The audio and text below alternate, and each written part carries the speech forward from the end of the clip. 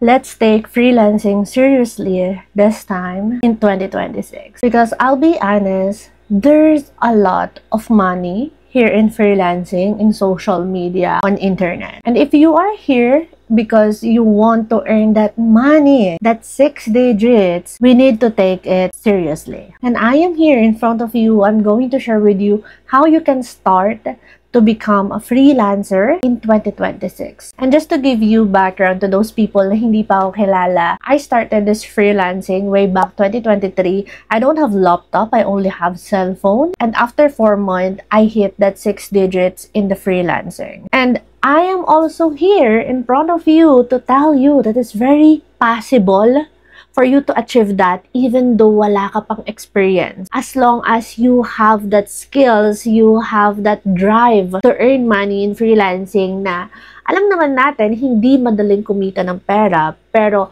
we also need to know na hindi madali mag-enter dito sa freelancing. And on this video, I'm going to show you the step-by-step if I am not in my position right now, ano yung una kong gagawin to become a freelancer and to hit that 6 digits in freelancing. I'm gonna walk you through anong una, ano yung sunod, at ano yung pagkakasunod-sunod nila para ma-achieve mo din yung mga na-achieve ko right now. First step, pick a skill or choose a skill that people are paying for. Because before, yes, I don't have experience, I don't have any knowledge about freelancing, but I know I have a skill in social media. Reason why I become a social media manager. So right now, kung ikaw ay marunong kang mag-edit ng video, marunong kang mag-edit ng picture, marunong kang gumamit ng CapCut Canva kasi nagre-reels ka sa Instagram mo, tapos nagpo-post ka ng mga picture sa Facebook, sa Instagram, sa TikTok. If you have that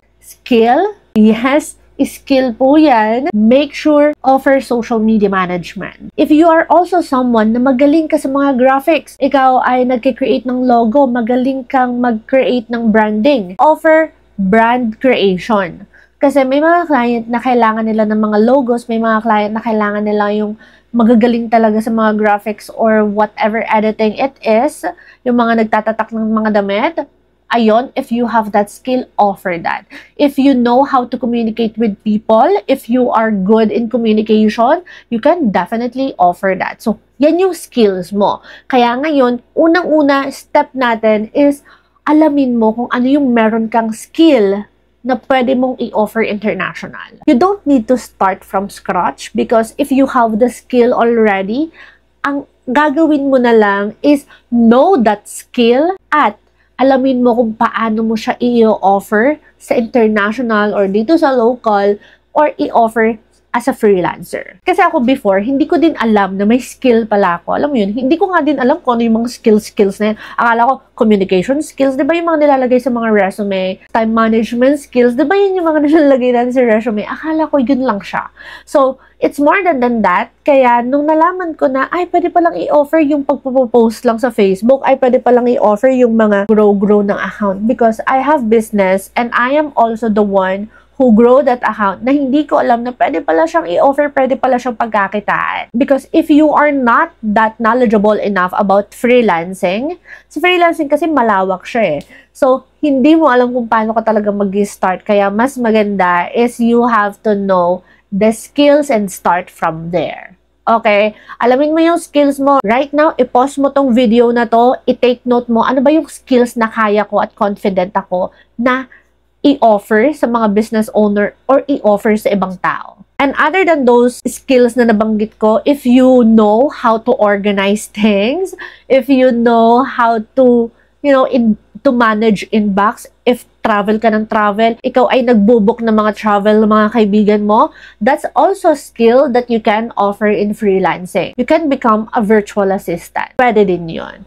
If marunong kang gumawa ng mga website, you can offer that. Again, ang dami pong skills kaya feel free to choose skills that you know that you can offer. So that's the first step. And another thing that I want to tell you, when choosing a skill, make sure na siya ay in demand. So what I mean by in demand, yung sa tingin mo na kailangan talaga ng target audience mo. Kailangan alam mo din kung kanino mo siya i-offer. So for example, if you know how to edit reels, how to edit photos, kanino mo siya i-offer? I-offer mo ba siya sa mga business owner?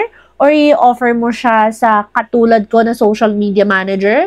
Kanino, sino yung target audience mo? And titingnan mo, kailangan you will do your research about those target audience. Dami ba naghahanap ng ganitong skills na kailangan nila sa business nila if you are looking for a business owner? So, paano mo siya malalaman? I would suggest mag-join ka sa mga Facebook groups. Ang dami doon. So, for example, if you want to become a social media manager, I would definitely join sa mga Social Media Manager Philippines, Beginner Social Media Manager, or looking for a social media manager, something like that. Feel free to browse and tingnan mo kung madami naghahanap ng social media manager and start from there. Kasi may mga skills na hindi naman pala siya in demand or hindi naman pala siya masyadong kailangan ngayon. Kaya mas maganda is you will also check if that skill is in demand or madaming may kailangan ng skill na ino-offer mo. Baka kasi mag-offer ka ng skill na meron ka but hindi naman siya masyadong kailangan. Kaya mas maganda, you know the market and you know if it is in demand. And second step, learn the basic. Kung papasok ka ng freelancing, kailangan alam mo si freelancing. And I also have video here if you want to become a social media manager. I have a video here. Ayan. Panoodin mo yan. Diyan ko share yung mga bagay na natutunan ko in my journey so you don't have to search for it. But again, I don't want to limit you with all of the information even though there's a lot of information wherein you will feel overwhelmed kasi sobrang ang dami niyang information. So if you trust me enough, maniwala ka na lang sa mga sinasabi ko kasi sino ba naman ako para lokohin ka or lokohin ng sarili ko kung hindi ako nagsasabi ng totoo dito, di ba? So if you trust me enough, follow my journey dito sa TikTok, dito sa Instagram, and yung mga pinagsasabi ko dito sa YouTube, maniwala ka lang dyan at take action. I will definitely cheer for you. Malay mo, isa ka din sa mga tao na nagsasabi sa akin na, Shara, may client na ako. So, ayun, feel free to watch this video and this playlist about basic ni social media management if you want to become a social media manager kasi nandyan na talaga yan lahat. If you want to learn more, I have free resources that I can give to you for free. You don't have to pay for it. If you want to grab a copy, nasa link lang yan dito sa baba. Feel free to grab yours. I also have courses if you want to deep dive sa social media management. But again, learn the basic ni freelancing. So when it comes to basic, yung mga mode of payment na kailangan mong malaman kung alin ba yung trusted na mode of payment, yung mga freelancing websites kung saan ka makakapag-apply, yung mga basic na ganon. And what are other services that you can offer like virtual assistant, social media management, video editing, website designer, sa GHL. There's a lot to offer here in freelancing. You just need to explore. Third is create a simple offer. So, kailangan alam mo kung paano mo ibebenta yung sarili mo. Now that you have skills, now that you know the freelancing ng basic, kailangan alam mo naman kung paano mo ibebenta yung sarili mo in more strategically way. When selling yourself, mas maganda is you know how to negotiate. You know how things work. So ako, when I'm selling my service to my potential client, I am offering it in a package basis. Meaning, hindi ako nag-offer ng mga hourly rate like any other freelancer there, pero pinapackage ko yan sila. Especially that I have lots of services that I can offer. Video editing, social media management. I can also offer content editing, strategizing, planning, posting, consultation, or any other things that I know how to do. Pinapackage ko yan sila. Bakit ko sila pinapackage? Because those are the things that I think my target audience really need. Kaya mas maganda, you know your target audience. For example, kung ang target audience mo naman mga business owner or nagsisimula pa lang mga business owners. So just like here, as a social media manager, my target audience are those business owner na medyo mababa pa yung kanilang followers at kailangan nila ng help to increase their followers, I would definitely suggest them na consistent of posting, engagement, story, planning, strategizing. So, lahat ng yun, pinagsama-sama ko in a package kasi alam ko yun yung kailangan nila at yun yung ibebenta ko sa kanila. Kasi nakita ko na ito yung kailangan mo, ito yung kulang, at ito yung kailangan mo para ma-achieve mo yung goal mo na dumami yung followers mo. And bebentahan ko yan sila. So, in selling our service, we need to know their pain points. Kailangan alam natin yung mga challenges nila. That's why, again, you need to know your audience and you need to know how you will definitely sell yourself strategically. Especially if you want them to pay you ng medyo mataas na price, magbigay ka ng value sa kanila, alamin mo kung ano yung problema nila or magbigay ka ng problema at solusyonan mo yon by offering your service. Ito yung sinabi ko sa mga nagpapa-coach sa akin is audit their account. Ito is about social media management.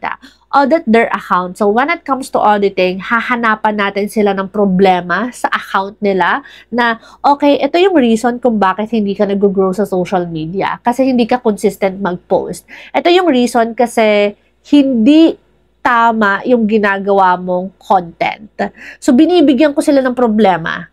Pero, yung mga problema na yun, hindi nila alam na problema pala yun, na mali pala yung ginagawa nila. Because, we know naman, business owner, they don't know about social media because they are a business owner. Hindi naman sila social media manager. So, since ikaw yung social media manager, gumawa ka ng problema at solusyonan mo yon by your service. Ayan ha, binigyan ko na kayo ng tip sa mga sinasabi ko sa mga coaching session. And if you want to learn more from me, feel free to avail my coaching session wherein one-on-one tayo mag-uusap at aalamin ko kung ano yung problema mo at susolusyonan natin yan sa coaching session. All of the details nasa baba. And fourth step, how to get client without begging. May skills ka na. Alam mo na kung paano nagwo-work si freelancing. At alam mo na kung paano ibenta yung sarili mo. Ngayon, ang pang-apat naman is how to get client without begging. Without begging. Without begging. Ayan ha, in-emphasize ko na yan para sa'yo ha. Huwag kang magmamakaawa sa mga potential client mo na i-hire ka. Because if you do that, bababaan nila yung pay sa'yo. They will take advantage of you. Even though na maganda naman yung services na ino-offer mo sa kanila at makakapagbigay ka ng value sa kanila. For you to get client, na mga premium clients, I would definitely suggest gumawa ka ng sarili mong account sa Instagram, TikTok, or Facebook, whatever it is that you are comfortable showing up. Doon mo ipakita yung mga skills mo, yung mga kaya mong gawin. At I promise you, client na ang lalapit sa'yo. You don't need to apply to those freelancing websites like OLJ, Upwork. Mag-create ka ng content, ipakita mo yung behind the scene, ipakita mo yung process mo, ipaintindi mo sa kanila that you are offering quality service, that you are not the same as your competitor at ibang-iba yung services mo.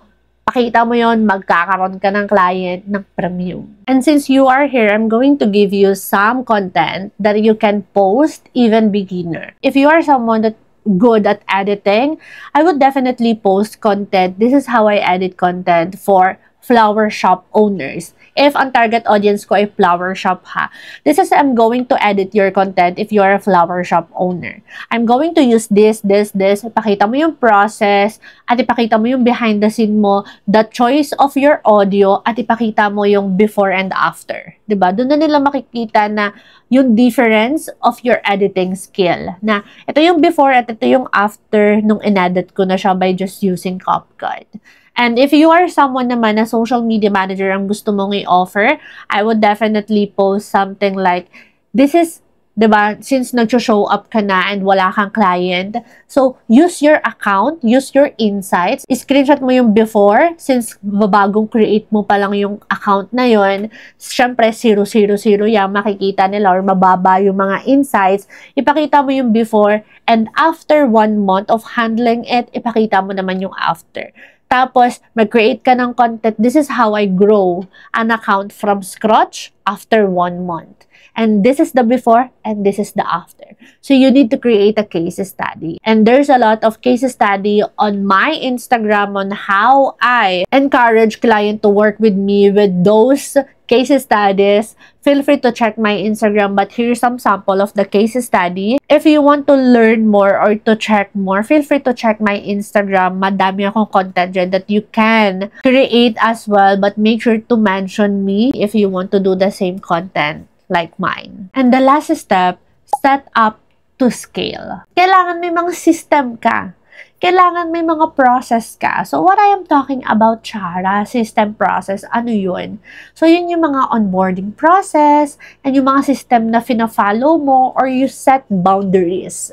Kasi, if you have that process, if you have that system, the potential client know that you are not just working because you want to earn money. You are working because you are providing quality service that they know you will help them to achieve their business goal. Kasi, isa din siya sa mga nare-receive kong feedback from my clients because I have onboarding process na fina-follow that after our discovery call, magsisend ako sa kanila ng packages which is naka-template na yon, naka-design yun based on my branding, and after the packages, the welcome packet naman, 'di ba? So, parang you are professional, which is you are definitely, pero since wala pa naman tayong experience, so mas maganda ng impression ang ipakita natin sa client natin, 'di ba?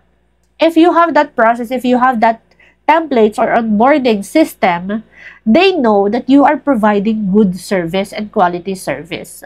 Kaya even though you are a beginner, much better that you have that system and you have that process already. And alam mo, simple steps like that will definitely help you scale up to 6 digits. Reason why I achieved my 6 digits after 4 months of being freelancing because at my second month, meron na agad akong onboarding process. I know how it works already. And I am telling this to you because I want you to do the same thing. I want you to achieve the same achievement. Kaya ano pang ginagawa mo? Once na sinabi ko na sa'yo, mag-take action ka na para hindi ka na mahuli. Because you don't need to wait for another year to start. You can start right now even though you feel like you are not ready. And if you want me to guide you, again, I have one-on-one coaching session that I am offering. Feel free to check all of the details, what's included.